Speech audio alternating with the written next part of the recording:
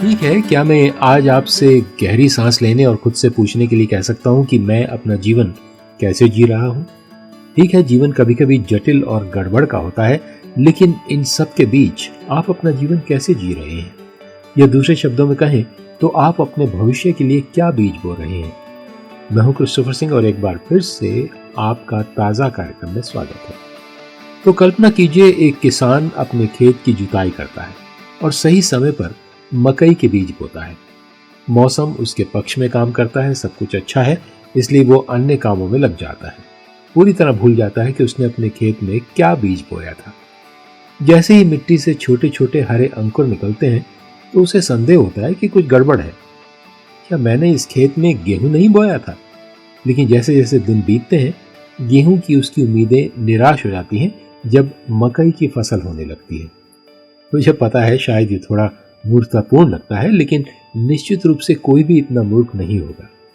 खैर, सिवाय इसके कि आप चारों ओर देखें कि लोग किस तरह से अपना जीवन जी रहे हैं।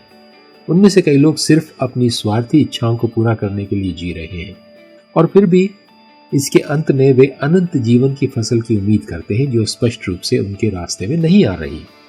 बाइबल में लिखा है, गलतियों 6 अध्याय 8वें वचन में, यदि आप अपने पापी स्वभाव को संतुष्ट करने के लिए जीते हैं तो आपको उससे जो फसल मिलेगी वो अनंत मृत्यु होगी।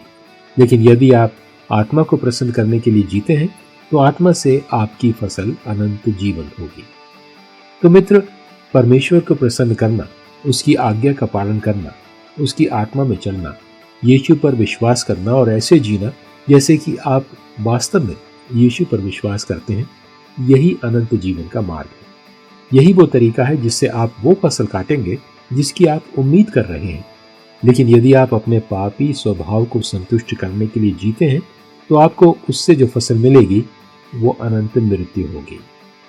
ये परमेश्वर का ताजा वचन है आज आपके लिए।